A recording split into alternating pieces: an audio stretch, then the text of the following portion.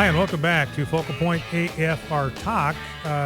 Got word from a friend of ours back in the Boise area. There's a Air Force base about 40 miles just south of Boise Mountain Home Air Force Base. That's the Air Force Base, by the way, where there was a picture of Christ on the wall, a painting of Christ on the wall with the verse from the Sermon on the Mount, "Blessed are the peacemakers," and this Mikey Weinstein, this atheist, former Air Force guy that's trying to remove all mentions of Christ from the U.S. military.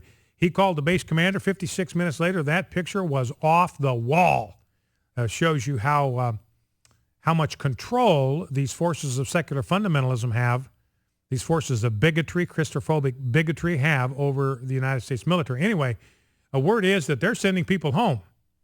Now, ladies and gentlemen, the only way that can happen is because President Obama has not signed a bill that's on his desk.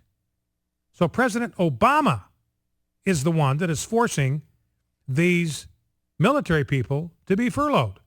My understanding is there's a bill that is sitting on his desk. It's passed the House unanimously. It's passed the Senate. I don't know if it was unanimous in the Senate, but it's passed the Senate. And that bill is sitting right now on the president's desk. Now, he's got 10 days to sign it. And so if my information is correct, then it is President Obama himself that is directly and personally responsible for any member of the military that gets furloughed. That is completely on him, because all he's got to do is pick up a 69-cent Bic pen, put his John Hancock on that legislation, and they are back in business. Let's go to the phones. Let's go to Doug Sherwood, Arkansas. Doug, welcome to Focal Point. What's on your mind? Hi, yes. Thanks for taking my call. Yes, sir. I was reading the scripture this weekend, Brian, and I have to kind of softly rebuke you for advising us to go against scripture last week. Okay, talk to me. I was reading Proverbs, and it said it's better to confront a bear robbed of her cubs than a fool in his folly. So when you were asking us to call Senate and Congress, I'm thinking maybe that's a fool in his folly. Did you try that? Did you try it? Yeah, I tried. Did you get anywhere? No, I had a bozeman, so that didn't work out too good. So, all right. Well, that may be a good piece of counsel. That's a little gem from the Proverbs that could come in very handy. Well, and it's obvious that there is a limit to how much we can push anybody. I mean, you can express things to people. You can't compel them to pay attention to good counsel. You know, the story we read in the scriptures today about Amaziah, he got plenty of good counsel. Don't do this. Don't do that. Just ignored it, defied it, wound up losing his life as a result. You know, most of the bad things we've ever done, we had somebody trying to talk us out of it, and we went right ahead and did it. And, and so obviously there was a point when people were trying to talk us out of doing something stupid or foolish. We didn't listen.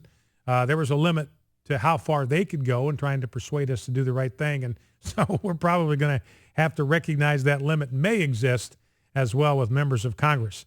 All right. Well, listen, I appreciate the call. Doug, thank you for that. Let's go to Lori in Berkland Springs, West Virginia. Number, by the way, 888-589-8840. Lori, welcome to Focal Point. What's on your mind? Hi. I just had a question about this whole FEMA thing. There's supposedly some FEMA crisis that's going to happen October 1st or whatever, and I just saw it on Facebook, and I was just wondering if it had anything to do with all of this stuff that's going on. Well, Laura, that's the first I've heard of it. Thank you for the call. I'm not aware of any FEMA crisis that is happening today or scheduled to happen today. I know that there frankly are a lot of conspiracy theories that revolve around FEMA concentration camps, FEMA coffins, all kinds of kind of dark stories circulating around FEMA, and I haven't seen confirmation really of any of these dark, sinister stories. And so I suspect, frankly, Lori, that may be another one of those kind of ginned up stories that tend to revolve around FEMA. Now, let's go to clip 5, Rob, if we can. This is Bob Woodward. This is a guy that brought down President Nixon, so he knows something about presidential politics.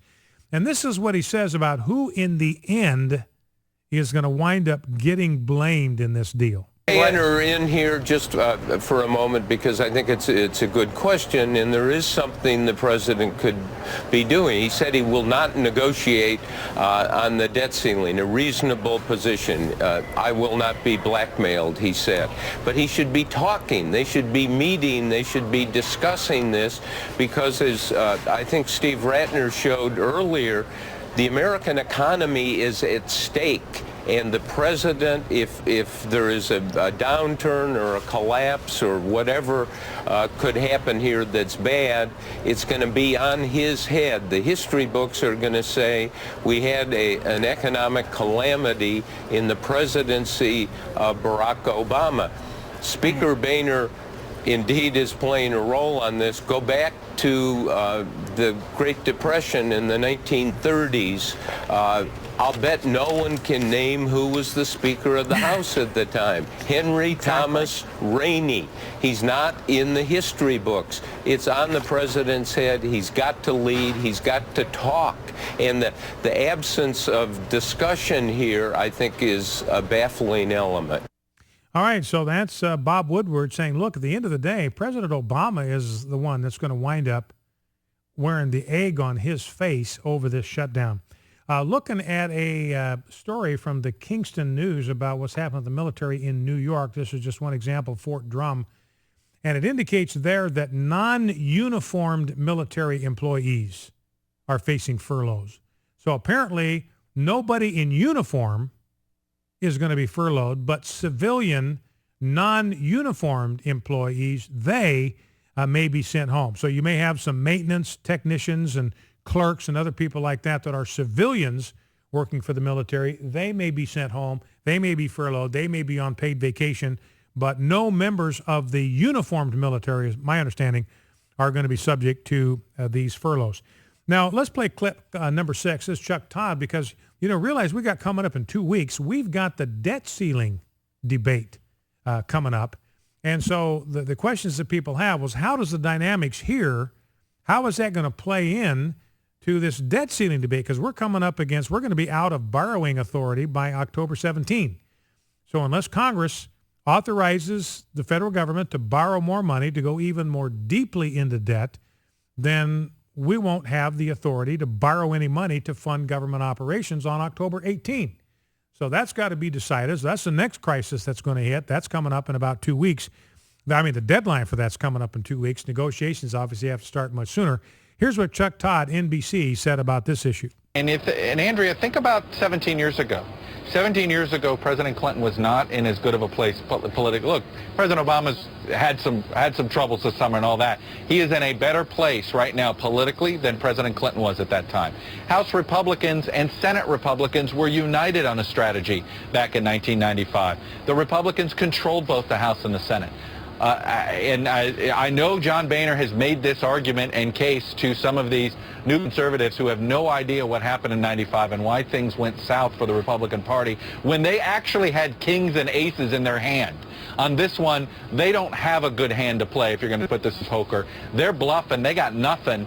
And the question is going to be, if they end up shutting down the government for 3 or 4 days, then politically, they're going to have no shot at using the debt ceiling. And that's why I think ultimately my gut is they come up with some sort of short-term solution that keeps the lights on in the government, because there is that sense that they somehow can extract a concession out of debt ceiling. I'm skeptical they can do that, but if they believe they need to keep that leverage, then they can't afford to shut down now. Now, a couple of reactions to what Chuck Todd said here. And by the way, I've got a column up at rightlyconcerned.com on the major difference between the 1995 and 1996 shutdown and the shutdown of 2013. There is one huge, monster, major, big-time difference, and that is alternative media. 1995, 1996, there was no alternative media. You had one conservative talk radio program, Rush Limbaugh. That was it. There was no Fox News. There was no Drudge Report. There was no National Review online. There was no Weekly Standard online. There was no Washington Examiner. There was no WND.com. There was no One News Now. There was no AFR Talk. There was no alternative media. So people were stuck with getting their news, their information, and their perspective from ABC, from NBC, from CBS, from the Washington Post, and the New York Times. And they all are winger left media organizations. They're just part of a massive propaganda mafia. Well, that mob, that propaganda mafia, that's been busted up now. It's been broken up by alternative media and by conservative talk radio. So now there are plenty of people out there, plenty of voices to speak the truth. And that's why they can't get away with this stuff anymore, is because you've got people in talk radio and alternative media who are telling the truth. Now, let's go back to what Chuck Todd said right here.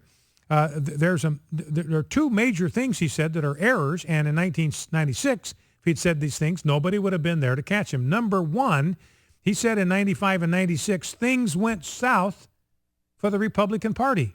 That's his words. Things went south for the Republican Party. This is absolutely, flatly, completely, totally untrue. It is simply not true that things went south for the Republicans. Remember, coming out of the shutdown, this is what they got. They picked up 2 seats in the Senate. They maintained control of the House of Representatives.